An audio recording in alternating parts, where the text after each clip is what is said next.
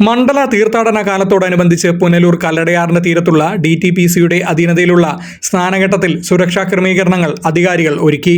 സ്നാനഘട്ടത്തിലെ സുരക്ഷാ ക്രമീകരണങ്ങളുടെ അഭാവത്തെക്കുറിച്ച് മുൻപ് Fox TV വാർത്ത നൽകിയിരുന്നു. ഇതിനെ തുടർന്നാണ് നടപടി. കുളിക്കടവ് വൃത്തിയാക്കുകയും കൂടുതൽ ആഴമുള്ള ഭാഗത്തേക്ക് ഇവിടേക്ക് എത്തുന്ന തീർത്ഥാടകർ ഉൾപ്പെടെയുള്ളവർ ഇറങ്ങി കുളിക്കാതിരിക്കുന്നതിന് ബാരിക്കേഡുകളും സ്ഥാപിച്ചു. മുളകൾ കൊണ്ടും കാറ്റാടി കഴകൾ ഉപയോഗിച്ചുമാണ് ബാരിക്കേഡ് നിർമ്മിച്ചിരിക്കുന്നത്.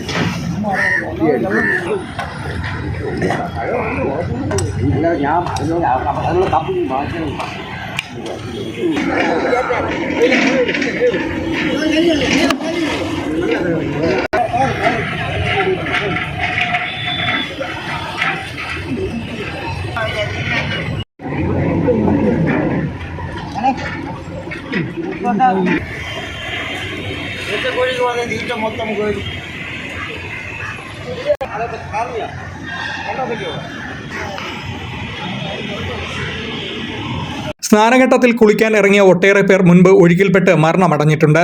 കഴിഞ്ഞ മണ്ഡലകാലത്ത് മുളകൊണ്ട് ചെറിയ ബാരിക്കേഡായിരുന്നു ഇവിടെ നിർമ്മിച്ചിരുന്നത്. അതേസമയം മണ്ഡലകാലത്തോടനുബന്ധിച്ച് ഇവിടെയുള്ള ശുചിമുറികളുടെ നവീകരണ പ്രവർത്തനങ്ങളും നടത്തി.